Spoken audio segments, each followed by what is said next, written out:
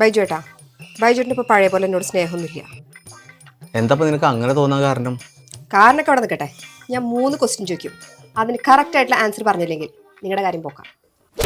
ഇത്രയല്ലേ ഉള്ളൂ? 3 നിനക്ക് എത്ര വേണമെങ്കിലും ചോദിക്കാം. ഓക്കെ. രാത്രി 12 മണി സമയം നിങ്ങളൊരു വിമൻസ് ഹോസ്റ്റൽ മതിൽ ചാടുന്നു. അവിടെ കുറേ സുന്ദരിയായ പെൺകുട്ടികൾ നിൽക്കുന്നു. അവരെ നിങ്ങൾ നോക്കൂ. ഏയ്, ഞാൻ നോക്കില്ല. ഞാൻ ആ ടൈപ്പ് ഒന്നുമല്ല. നിങ്ങൾ ആ ടൈപ്പല്ല, പിന്നെ എന്തിനാ നിങ്ങൾ പാതിരാത്രിക്ക് വിമൻസ് ഹോസ്റ്റലിന്റെ മതിൽ ചാടാൻ പോയത്?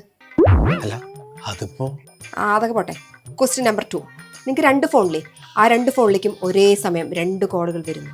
ഒന്ന് ഞാൻ, മറ്റേത് ഏതോ ഒരു പെണ്ണ്. നിങ്ങൾ ആരുടെ കോൾ എടുക്കും? അത് സംശയമില്ല, ഫസ്റ്റ് ഞാൻ നിന്റെ കോൾ എടുക്കും. അപ്പൊ നിങ്ങളുടെ മറ്റേ ഫോൺ വിളിച്ച ആ പെണ്ണാരാ? അല്ല, മറ്റേ ഫോണിൽ ഏത് പെണ്ണ വിളിച്ചേ? Last question, last chance. Suppose നിങ്ങൾ ഓഫീസിൽ പോണ വഴിക്ക് ഒരാൾക്കൂട്ടം കണ്ടു. നിങ്ങൾ കാര്യം തിരക്കി. അപ്പോൾ ഒരാൾ പറഞ്ഞു, അവിടെ സുന്ദരിയായ ഒരു പെണ്ണ് ആക്സിഡന്റ് പറ്റി കിടക്കുന്നു. നിങ്ങൾ ആ പെണ്ണിനെ രക്ഷിക്കുമല്ലോ? ഇപ്രാവശ്യം ഞാൻ തെറ്റിക്കില്ല.